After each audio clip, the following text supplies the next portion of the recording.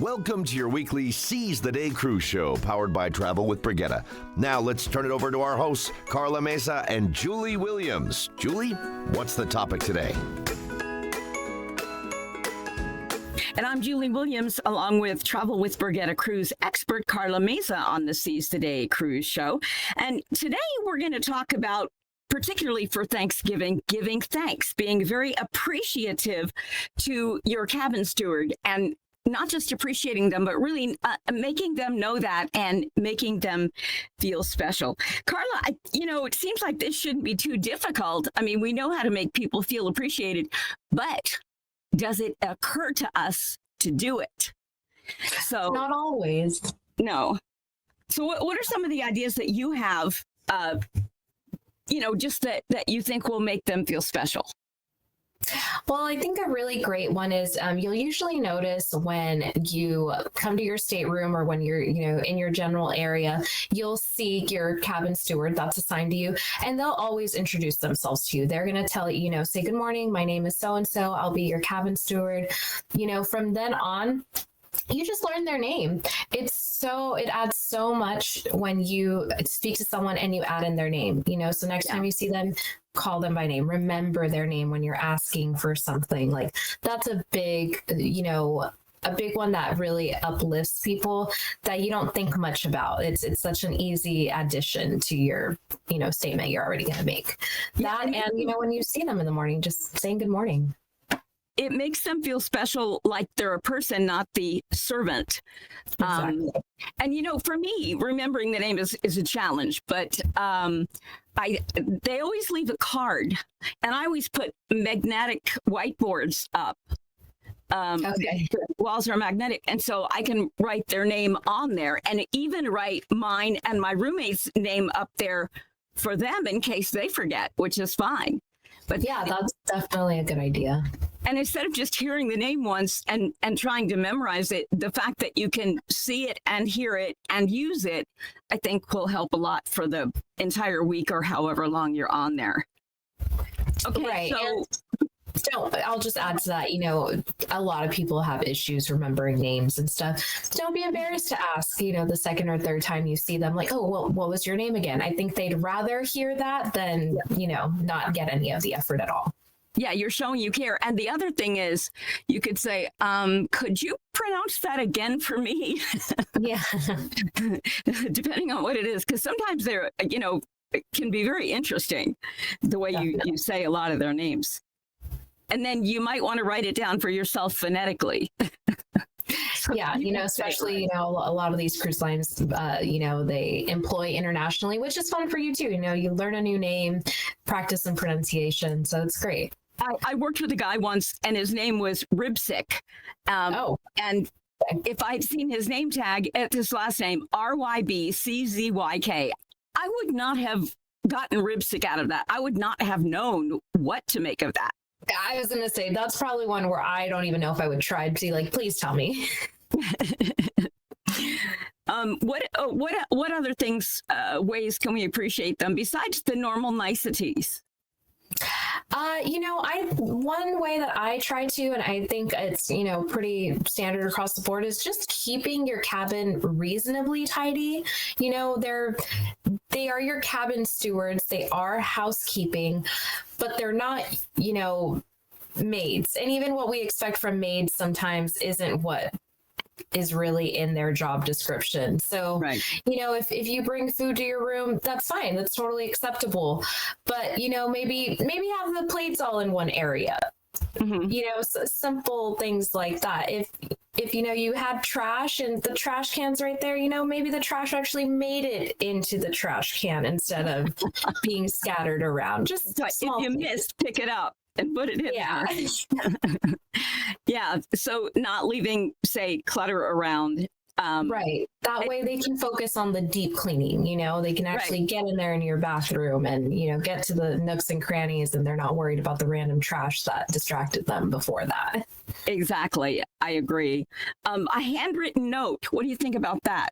Just a thank you note. Yeah, especially, on a longer, sometimes on a 3-4 day, you might have a lot going on. You're just trying to get off the ship on time. But especially for like, a full 7 day, or for those of us that, like a 14 day or even longer, the additional thank you, especially taking the time to write it down, like that sends a big message. Yeah, I saw a picture on YouTube where someone took dollar bills and they put them out in the shape of a thank you on the bed. Oh, that's cute. I think that was like on the last day with the tip, but that's creative. Yeah, that's another way. I mean, they'll probably take pictures of it. They'll definitely be talking about it, and I would say that would make me feel treasured. What makes me feel treasured is those animals they make for you. Yes, I love coming back to my room and seeing one, or you get excited. You're like, oh, what's it going to be this time? So it's fun to share that with them as well. Yeah, I try not to get too excited because sometimes they don't do it. Right, they might not always have the time. Well, but it could be that they don't know how. Not all of them might know how. And it's my understanding, I didn't necessarily know this. I thought maybe somebody's in the back doing it for them, but they actually all learn and do it themselves. Oh, that makes sense. Yeah. That makes sense. That's pretty cool. And what would you say is another way that you can think of? Sometimes we kind of get to an end of the ideas, but really there is no end, and you don't even have to try to look up what someone else has done. You can usually think of it yourself. Yeah, something as simple as just remembering to say thank you.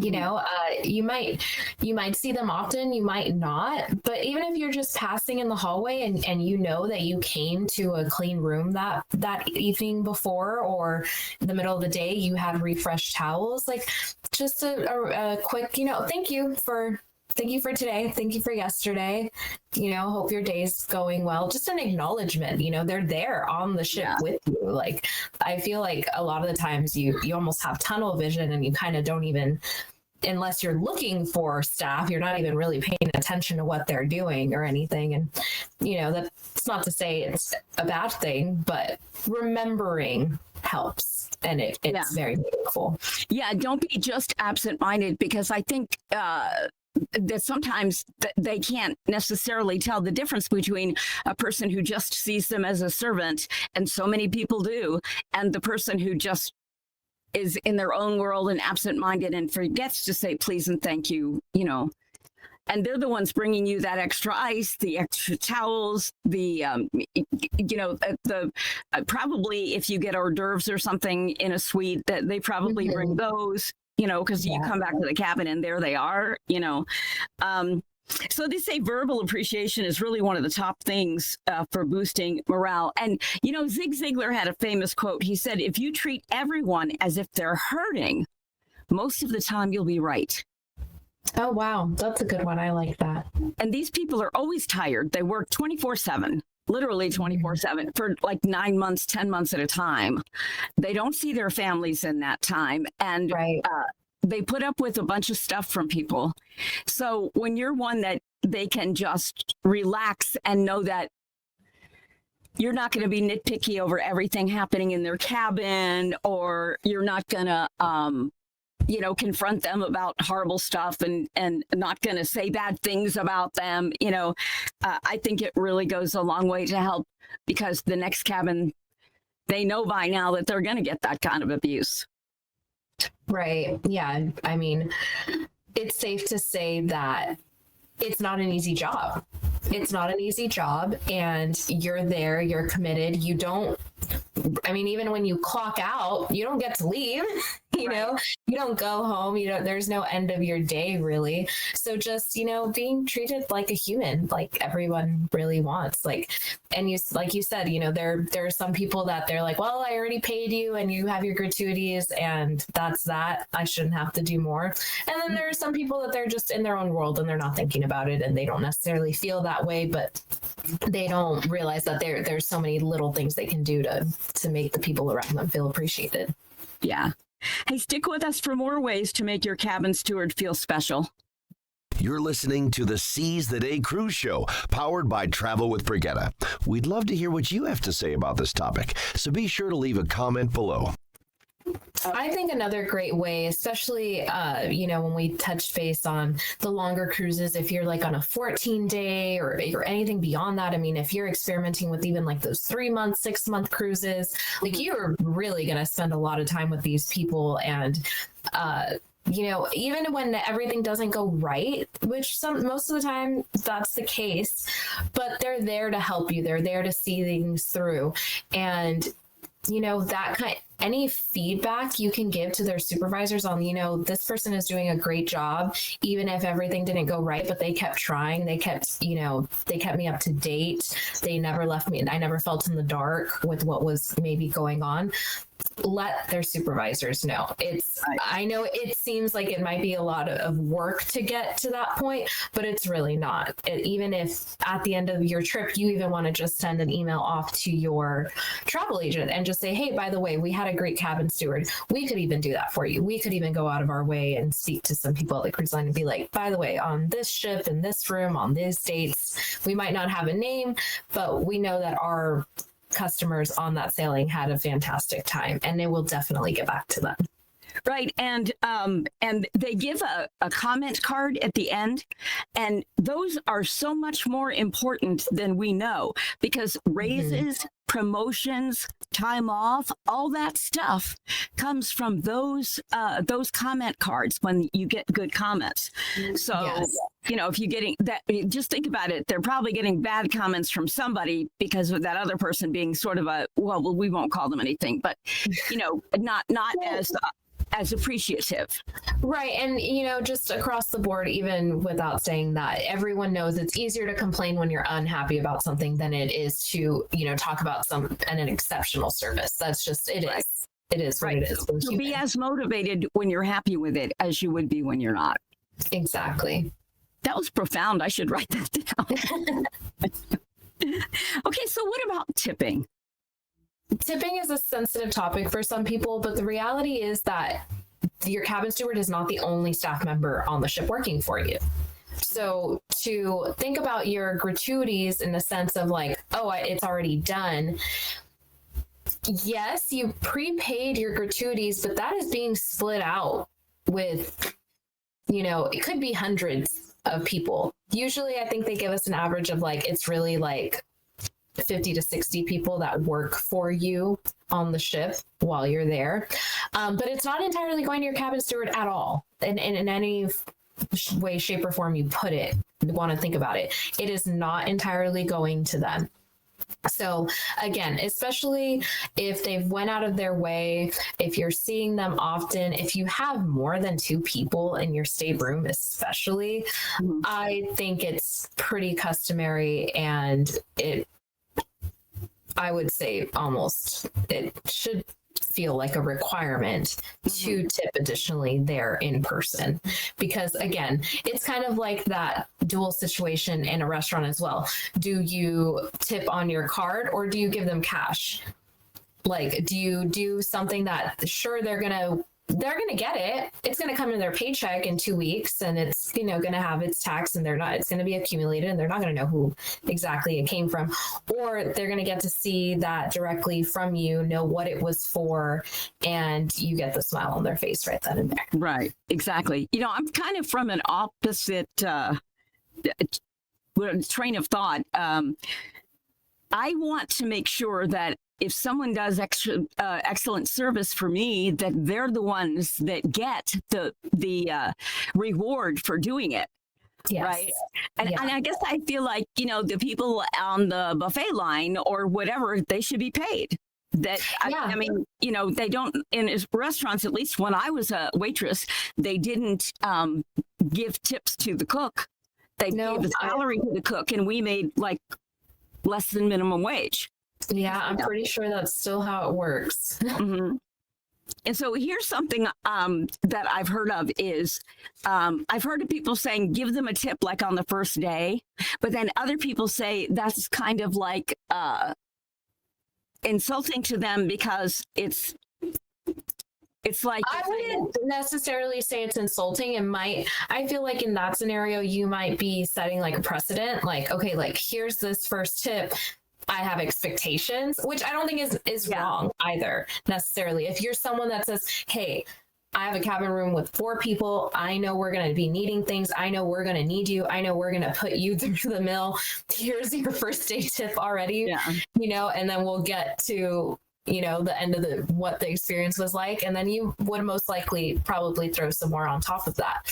Or you could go with the mid-cruise tip, which a lot of people do now as well, where they maybe didn't have this idea that they would need their cabin stewards that much. And then they realized they did. And they're like, okay, no, I need to show some appreciation now. And then, probably some more later as well. Yeah, I agree. I don't like that they have prepaid tips.